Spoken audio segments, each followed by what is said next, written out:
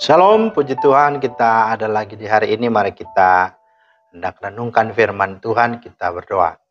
Bapa di sorga, terima kasih buat hari ini. Kami mau merenungkan firman-Mu. Biarlah hikmat pengertian dari Roh Kudus menjadi bagian kami. Dalam nama Tuhan Yesus kami berdoa. Amin.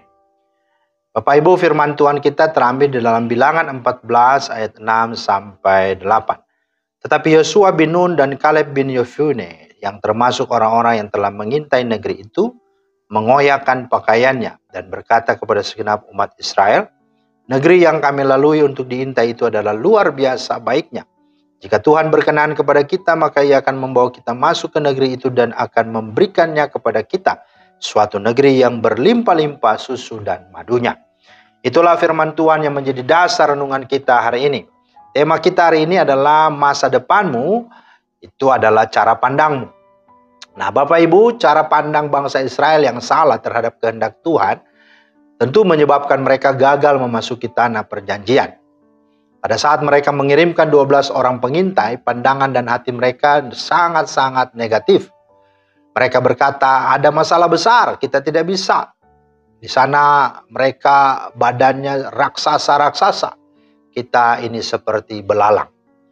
Dan dengan semua itu menyebabkan mereka gagal meraih janji Tuhan. Mereka bersungut-sungut dan pada akhirnya mengalami tangisan dan kematian. Berbeda dengan Yosua dan Kaleb, di mana Yosua dan Kaleb saat itu termasuk juga 12 pengintai. Tapi mereka dapat memasuki tanah Kanaan karena mereka memiliki cara pandang yang berbeda, yang adalah cara pandang yang benar.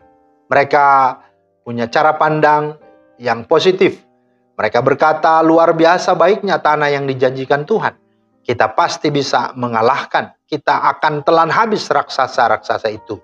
Dan kita tahu Tuhan menyertai kita. Dalam Bilangan 14, 7-9. Mengapa? Karena cara pandang mereka dapat mengalami berkat janji Tuhan. Yosua dan Kaleb dapat memasuki tanah Kanaan dan menikmati berkat janji Tuhan. Sedangkan yang lainnya tidak. Mereka seorang pecundang, pengecut, dan seorang yang sungguh tidaklah takut Tuhan. Pertanyaannya, apa yang mendasari Yosua dan Kaleb bersikap demikian? Setidaknya ada beberapa hal. Yang pertama, bahwa Yosua dan Kaleb tidak mendasari hidup mereka di atas fakta dan realita, melainkan di atas iman dan kebenaran kepada Allah, Abraham, Ishak, dan Yakub. Faktanya memang mereka kecil, faktanya memang benar. Orang-orang Kanaan, orang-orang yang besar, raksasa-raksasa. Tetapi kebenarannya bahwa Allah kita adalah Allah yang perkasa, Allah yang berkuasa, dan Allah yang sanggup mengalahkan segala musuh-musuh kita. Itu yang pertama. Yang kedua, Yosua dan Kaleb membandingkan setiap persoalan dan tantangan kehidupan bukan dengan diri mereka sendiri, melainkan dengan Tuhan. Apalagi membandingkan dengan orang lain. Ini yang menjadi jawaban dan menjadi berkat bagi Yosua dan Kaleb. Bahwa Tuhan itu lebih besar dari segala masalah yang ada. Bahwa Tuhan itu Allah yang mengatasi segala alam semesta, bahkan berkuasa atas apapun juga, dan atas segala atap bahkan semuanya. Yang ketiga, Yosua dan Kaleb meyakini sungguh bahwa kalau Tuhan sudah memulai, artinya Dia membawa mereka keluar dari tanah Mesir, maka Tuhan juga adalah yang setia. Dia juga akan meneruskan dan bertanggung jawab untuk menggenapi janjinya, untuk mereka bisa tiba di negeri atau di tanah perjanjian, menggenapi rencananya dan membuat mereka berhasil. Nah, Bapak Ibu yang dikasihi Tuhan, sebagaimana tema hari ini, bahwa masa depanmu adalah merupakan cara pandangmu, maka itu artinya jika saudara dan saya, kita semua mau menghendaki ada masa depan, ada sesuatu yang kita ingin dapatkan dalam kehidupan kita, ke depannya, baik itu keluarga, pekerjaan, maupun juga anak-anak kita. Dengan segenap penuh harapan, dengan gilang gemilang, maka mari, baharuilah cara pandang kita. Dan marilah pakai cara pandang yang benar, cara pandang yang beriman, cara pandang yang sungguh-sungguh berkenan di hati Tuhan. Roma 12 ayat 2 berkata, berubahlah oleh pembaharuan budimu.